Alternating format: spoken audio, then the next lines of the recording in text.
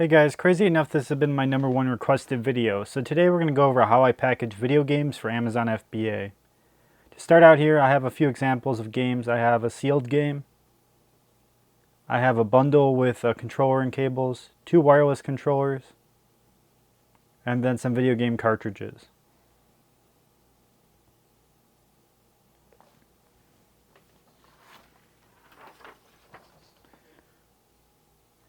Now when it comes to this, I tend to use bigger bags for the bundles, and I wrap all the different components in different bags. The 2 bags I use in this video are large and medium bags. The large are 12 by 18 and then the medium are 8 by 10. Now I put the controller in a medium bag. Typically they'll fit. There are some consoles that have controllers that do not fit. Some of the Sega Saturn controllers don't fit in medium bags, so you could use the larger ones, but they do cost more. I believe right around 11 cents a piece. So anyways, controller in its own bag, and then the cables will go in their own bag.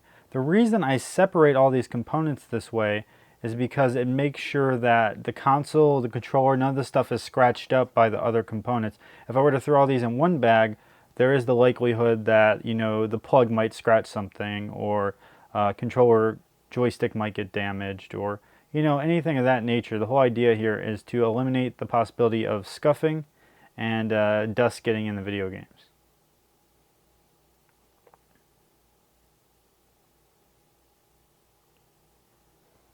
Now the console I put in the large bag, this one has manuals with it, so I set them underneath the console because in this case the console is about the same size as the manuals. Now if the manuals were smaller, it's better to put them on top because if you put the console on top, then it's uneven and can wobble around.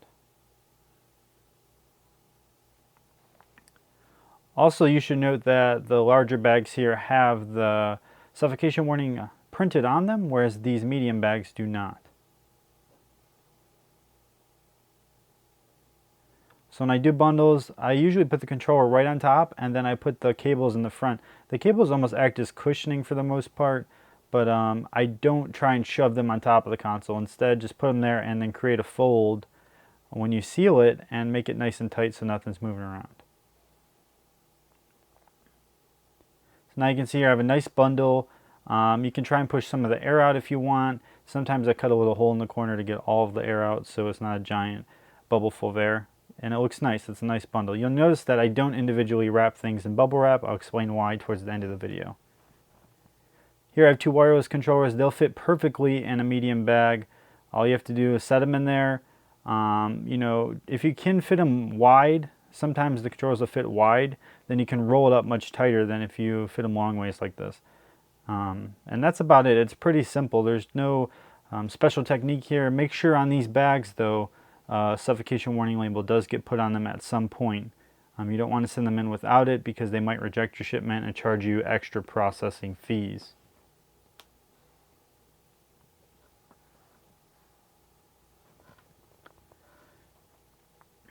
As you can see, those look nice. I would just set the barcode up in the right corner. Nothing crazy. I'm going to grab some suffocation warning labels here. And they can go anywhere on the package. Just make sure they're visible. Right in the middle is perfectly fine. You don't have to really worry much about it.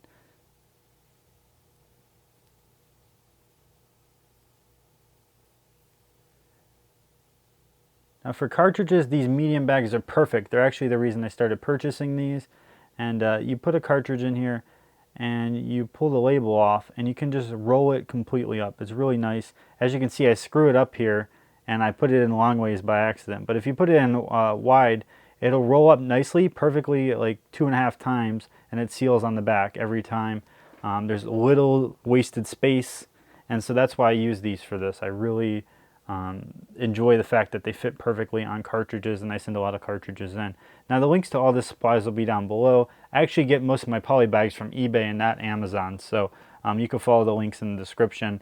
And I actually link all of my supplies down there, so if you want to learn about the things I use, or if you have questions about why, just comment down below because there are specific reasons I purchase from certain people, and most of the time it has to do with good pricing or high quality. So cartridges look real nice. Now those do need warning labels as well, so don't forget that.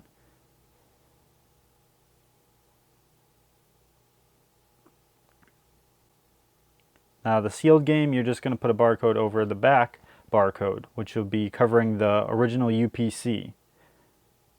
Barcode can go in the top corner there. Those that can go in the top corner, no problem.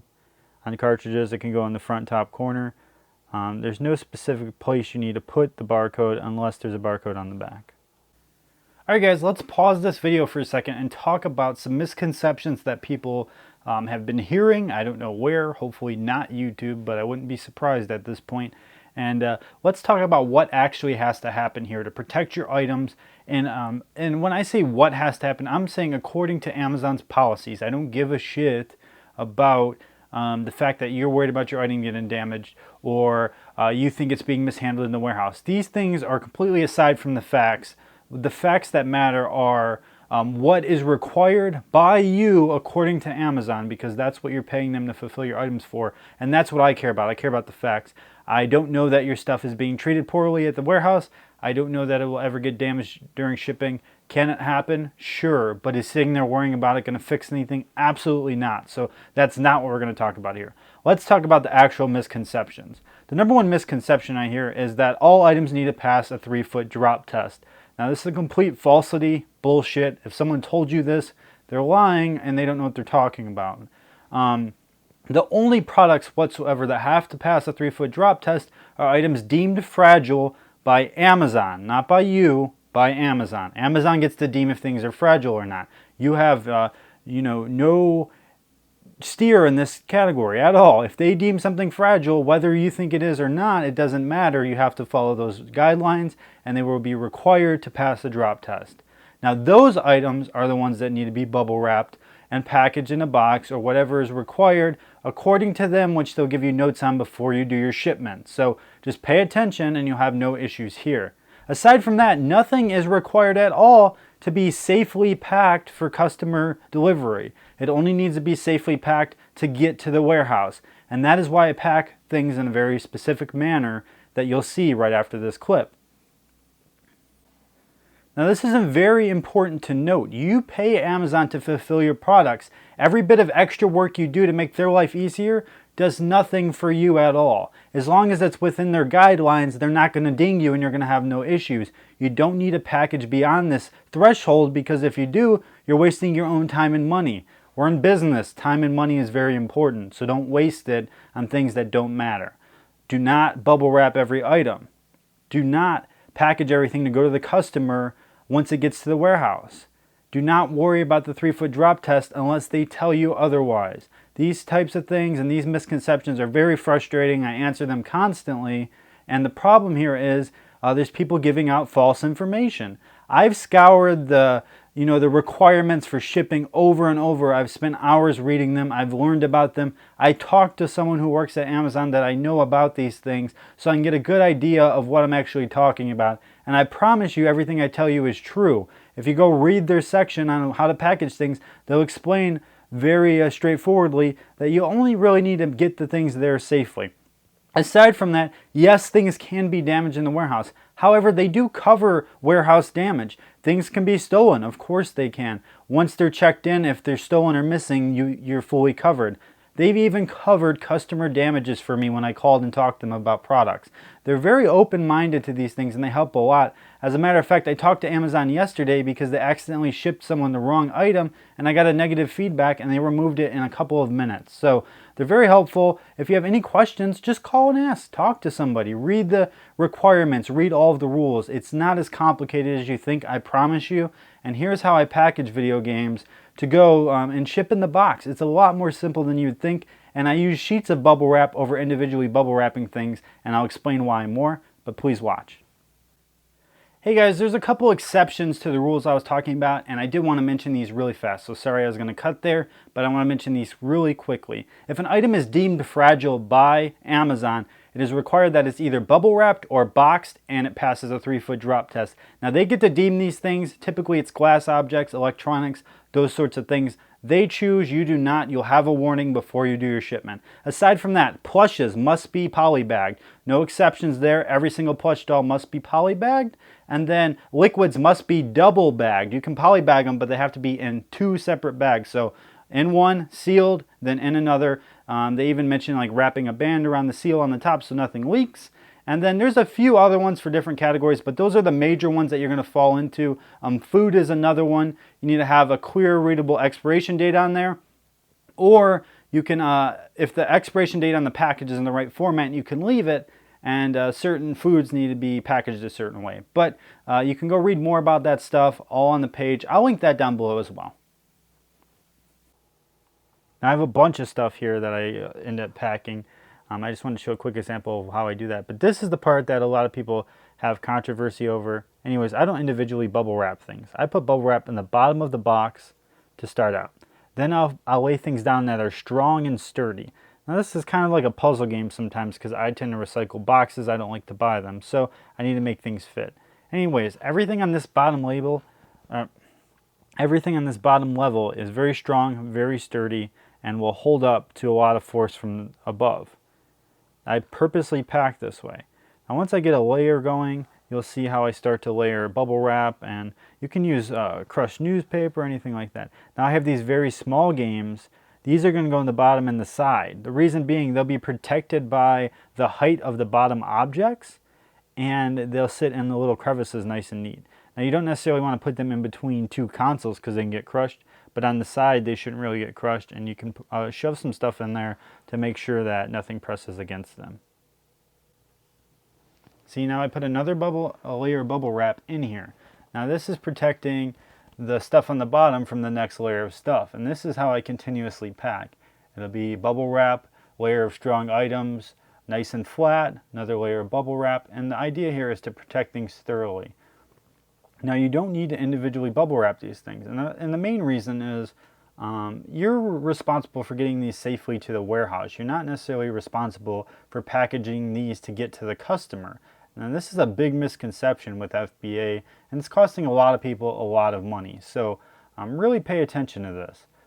According to our policy with Amazon that we sign up for with the fulfillment, the whole agreement is they fulfill the orders. So really they should worry about dealing with it once it gets to the warehouse and what's going to happen to the customer.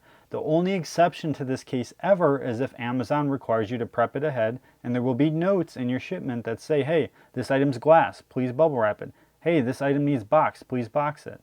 So it's important to note this.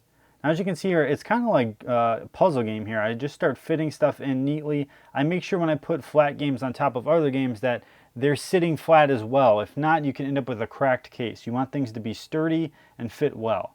And this is just one box of about, I think 12 or 13 I sent out in the shipment. But you can see things just slowly start to work together, and you kind of fit them in there. It's a little bit of a challenge, but when you're sending one-off items like this and not, case-packed items, it can get a little complicated. So you kind of get good at it over time. This only takes me, 2 minutes to package, which isn't long actually.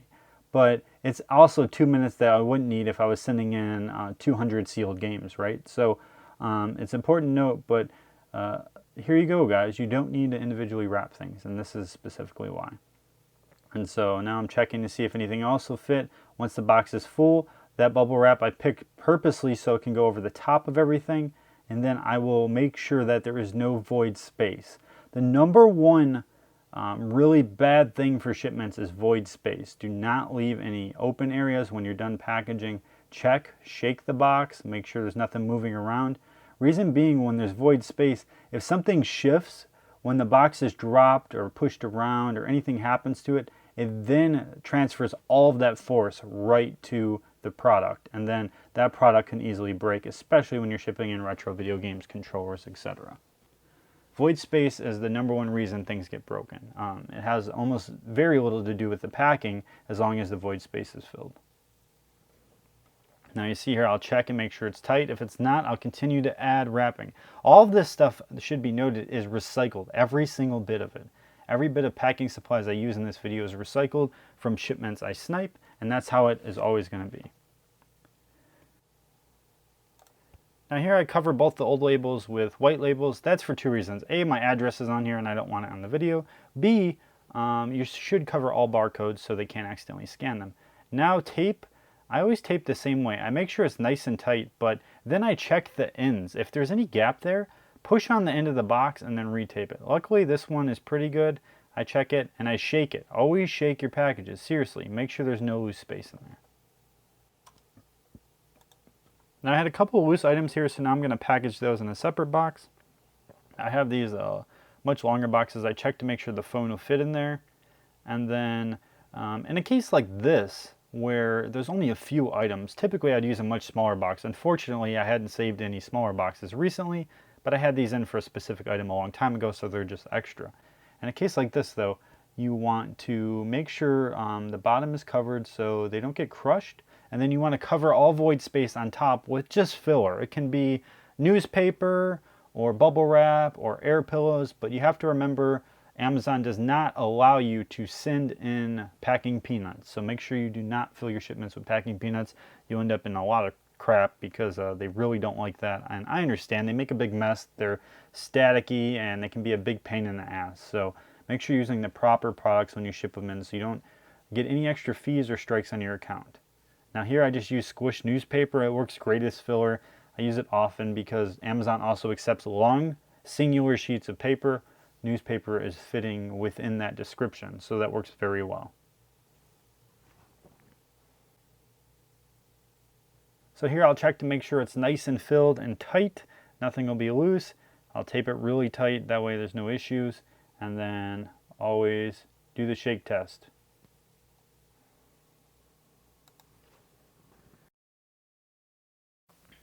Hey everyone, thanks for watching. I appreciate it, and this has been the most requested video I've had over the last few months. So I finally got to it. I hope it helps you and you understand why I package things this way. I know there's going to be disagreement. There always is. People say you need to package more safely. People say things will get damaged. People say UPS throws things.